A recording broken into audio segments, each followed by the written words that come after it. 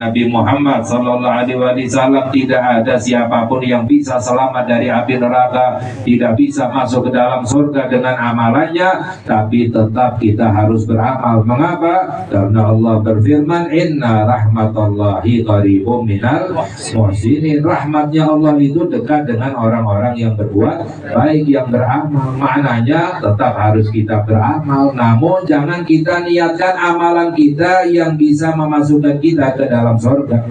Ketika kita beramal, jangan diniatin masuk ke dalam surga, jangan diniatin untuk selamat dari api neraka, nggak akan bisa. Kita beramal tujuannya adalah untuk mencari rahmatnya Allah Subhanahu wa Ta'ala. Orang yang mendapatkan rahmatnya Allah itu orang yang akan diselamatkan, dimuliakan oleh Allah Subhanahu wa Ta'ala. Jadi Allah memberi balasan sesuai dengan amalannya masing-masing. Ya, pernah dikabarkan, diceritakan oleh Nabi kita Sayyiduna Muhammad Sallallahu Alaihi Wasallam bahwa ada seorang tuan yang punya budak. Ya, dahulu ada budak. Ya, budak itu istilahnya dimiliki, ya, dijual belikan, milik seseorang.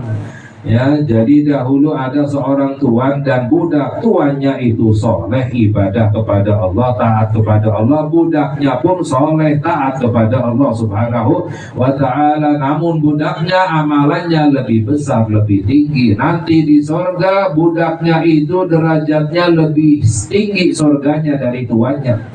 Lalu tuannya itu mengadu kepada Allah Subhanahu wa Ta'ala, ya Allah, itu kan budakku, kok bisa derajatnya lebih tinggi dariku? Dahulu adalah budakku, padahal satu derajat di sorga itu jauhnya seperti bumi dan bintang.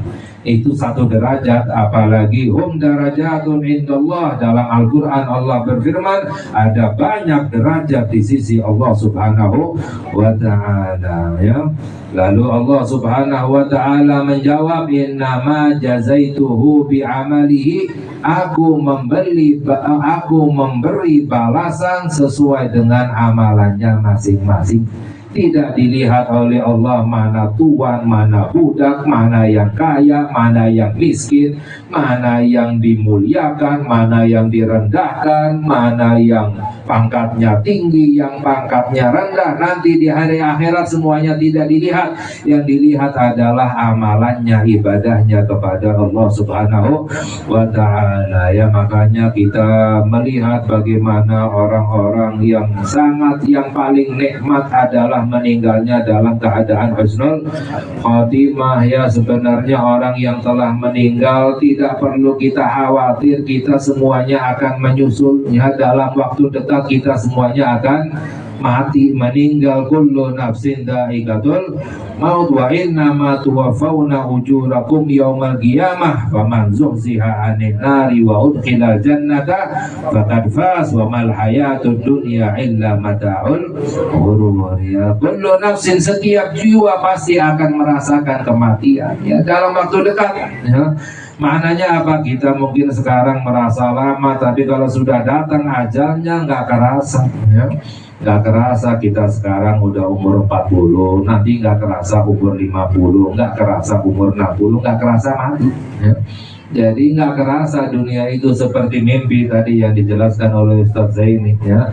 Wa innama tuwaffawna ujurakum yaumal qiyamah, akan disempurnakan pahala kalian, balasan kalian nanti di hari kiamat.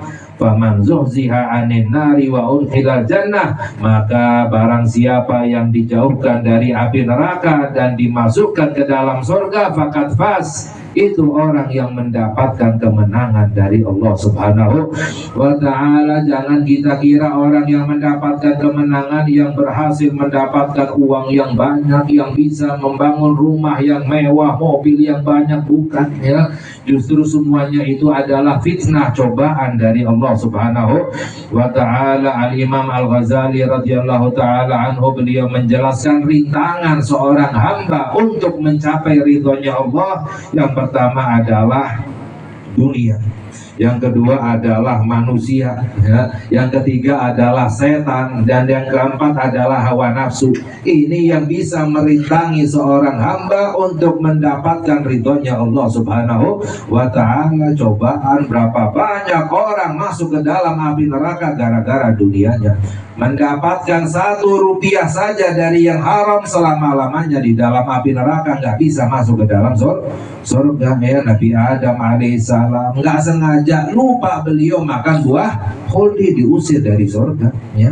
Padahal nggak sengaja lupa Nabi Adam dengan perintahnya Allah, larangannya Allah Subhanahu wa ta'ala. Apalagi orang yang memakan harta yang haram, dagingnya tumbuh dari yang haram, ya. Istilahnya badannya itu made in haram, buatan haram, ya. Nggak bisa masuk ke dalam surga, ya. Makanya, ya, wa innama akan disembah orang yang benar-benar mendapatkan kemenangan, orang yang berhasil, orang yang sukses sebenarnya adalah orang yang selamat dari api neraka masuk ke dalam surga, yaitu orang yang bertakwa, orang yang meninggalnya dalam keadaan husnul khatimah, ya.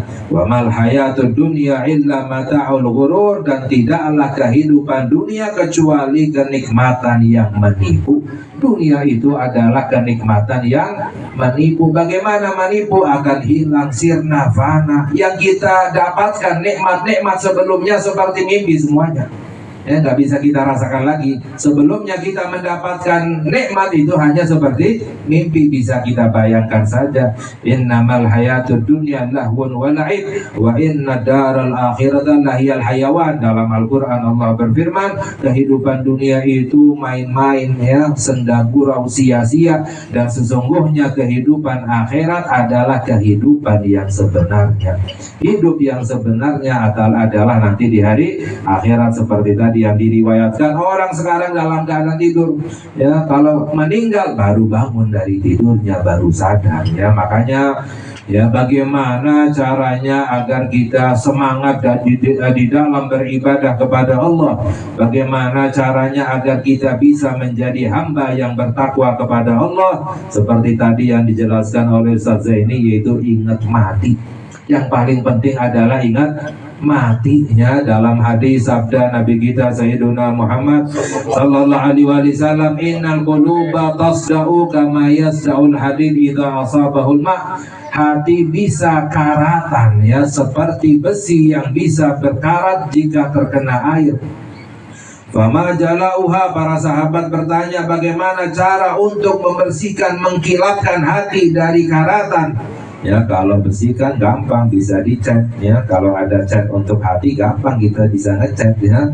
Namun tidak bisa. Bagaimana? Para sahabat menanyakan bagaimana membersihkan hati dari karatan. Dijawab oleh Sayyiduna Muhammad sallallahu alaihi wasallam, kathratu dzikril maut, banyak ingat mati, ya, banyak ingat mati. Wa qiraatil Quran, dan yang kedua adalah membaca Al-Quran. Ya, ada orang beriman sehari nggak baca Al-Quran.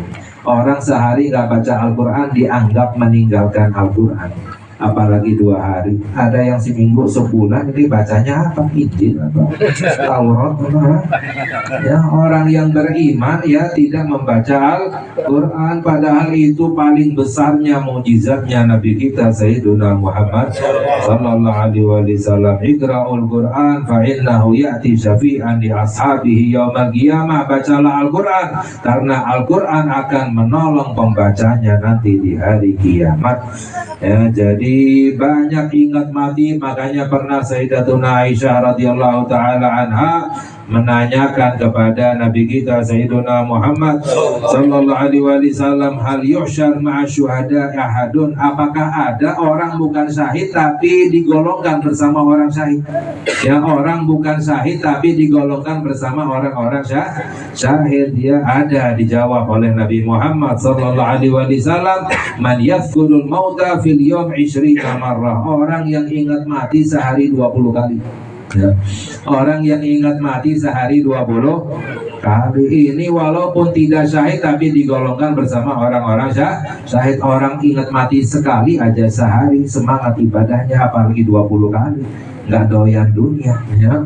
Apa namanya, nggak ada keinginan, ya. Istilahnya 20 kali mengingat kematian dalam sehari, pasti ya benar-benar ibadahnya khusyuk kepada Allah Subhanahu wa Ta'ala. Bagaimana caranya agar kita ibadahnya khusyuk? Dalam hadis sabda Nabi Muhammad sallallahu alaihi wasallam, "Sholli sholatan muwaddi'." Salatlah salat perpisahan.